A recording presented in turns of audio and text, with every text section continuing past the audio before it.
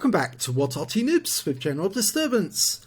This is a 212A. It's a Tier 9 Soviet SPG.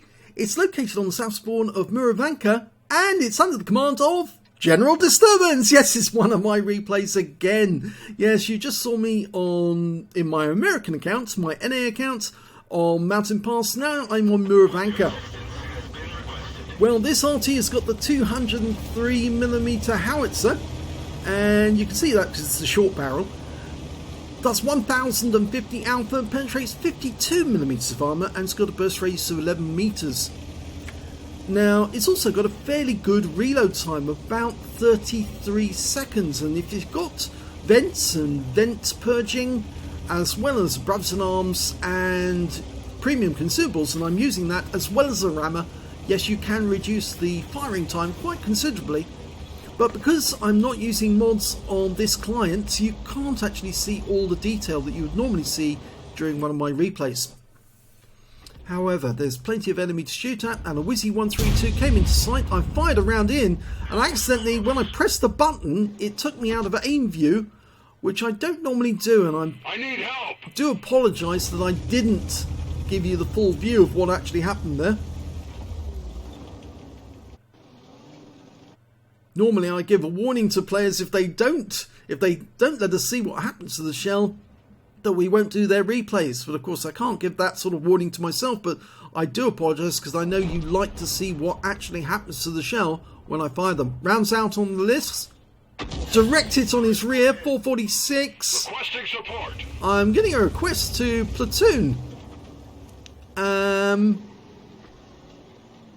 I'm not actually going to platoon with anyone yet. It's actually the... I'm not sure who's actually requesting my help at this moment because it's not coming up. Okay, I can see there was an AMX M4 Liberté. Now I'm seeing a Reveler Risset. M4A1 Reveler Risset, the French Tier 8 Premium Medium. Requesting support. That one fell behind him, but it stunned him.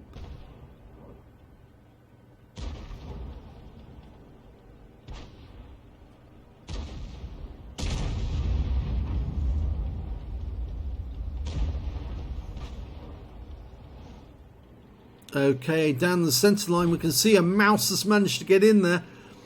I think he came over the top, and now the IS-4 and the VK-4502 are firing at him. I lob a shell in. It does stun the 4502, but it does affect the mouse. And he did take some damage. 246 hit points from the hit. I need help. And he's been stunned as well. Help. In fact, actually, I noticed it was me that's actually making those voice commands, and I suspect it's because I may be hitting the wrong keys. Maybe the keys are mapped out to the wrong ones. Okay, T110E3. Rounds out. Lands behind him, but splashes him. I need help. For 131 hit points.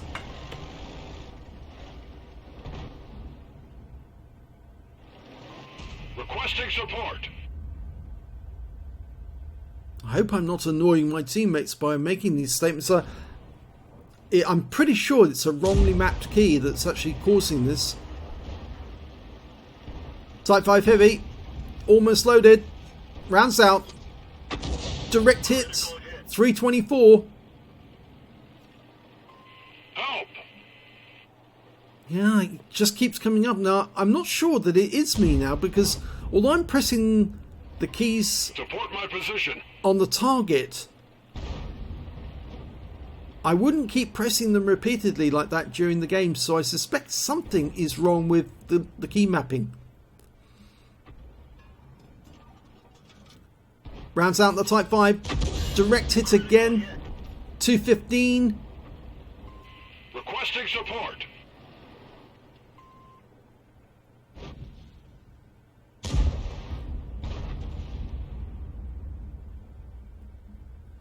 Still following the Type 5 Heavy.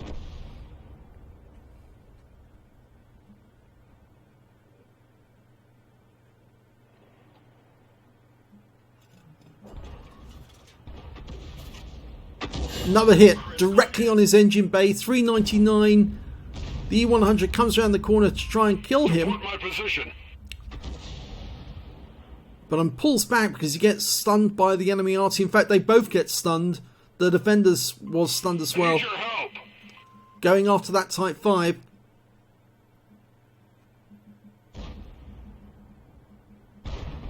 And the defender's been wiped out, I'm afraid. But my next shot will kill the Type 5. Yep, got him. Help.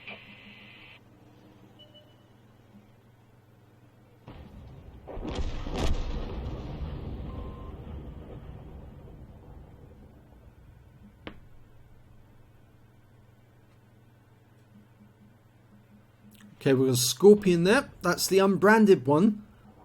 The plain clothes Scorpion. Rounds out in that position. Not sure if he was there. Okay, the next target's a T10 over on the east side of the Need map. your help. Marking target. I'm pretty sure it's the marking facility that's actually wrongly mapped.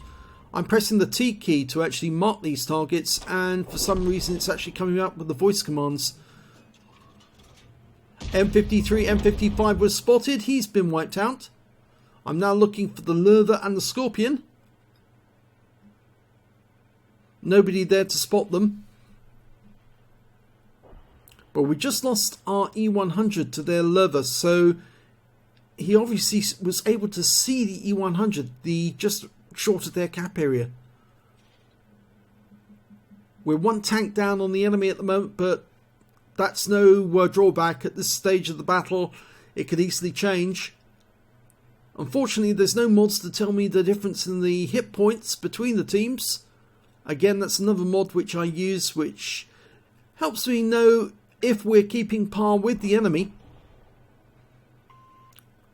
TVP VTU's been spotted, and again I hit the marking key to actually say that that's what I'm aiming Support at. my position. Yeah, I'm pretty sure that's what's causing it. The marking T, the T I key, need help. is actually using the chat.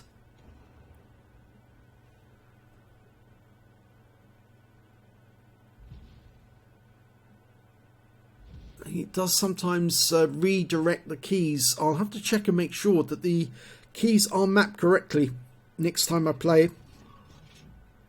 I don't want to annoy my teammates with incessant chat calls. Going for the Scorpion. It falls short. That was close. But I still get 80 hit points off him. There's the list. Support my position. He's marked.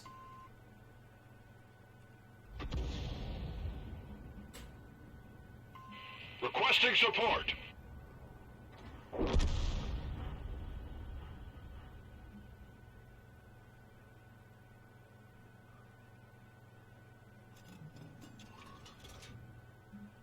Rounds out the list. And I got him. Vehicle destroyed. Yeah, he was unsighted, but I worked out where he was headed and I splashed him. So, there's only 4 enemies left and we're now 1 tank ahead of the enemy, but I'm going to move chip positions all the same, try and get closer to the enemy.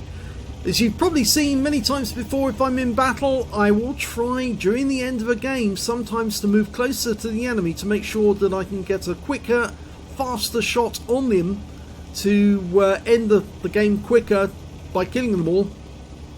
And it really does pay off sometimes to actually move north and get close to the cap.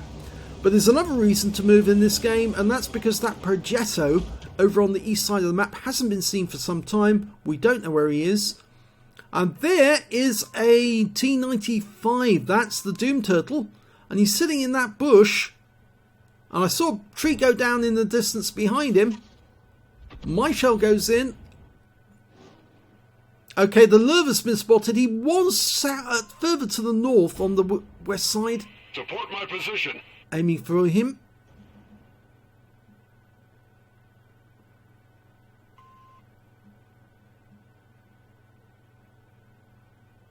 Progetto's been spotted as well. He actually went north.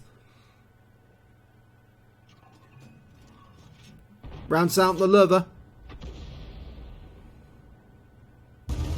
Okay, I'm going to try and get closer again.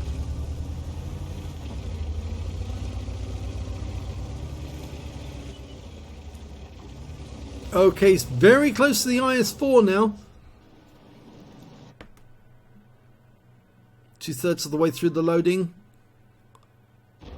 I think the IS-4's in trouble because he has actually got fairly low hit points, even though it looks like he's got a lot of fire at the Lurva.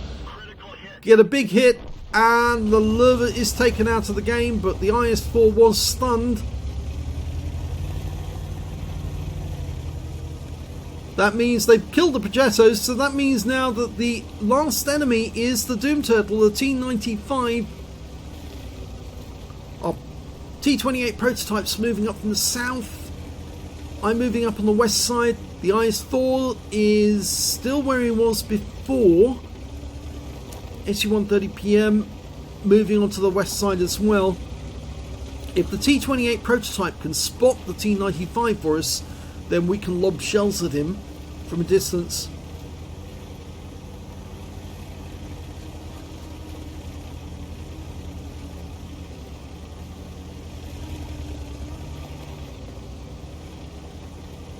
There's the Lurva.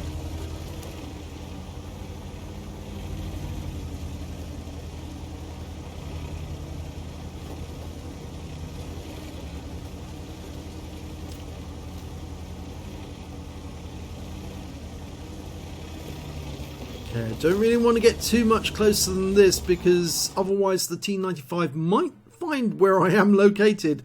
He might try to come and finish me off. Aiming for the same spot where he was found before. Fire one in, just in case he's still at home. Help!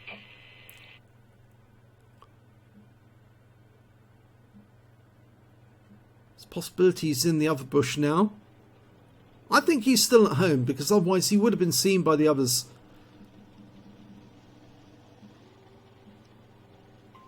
Requesting support.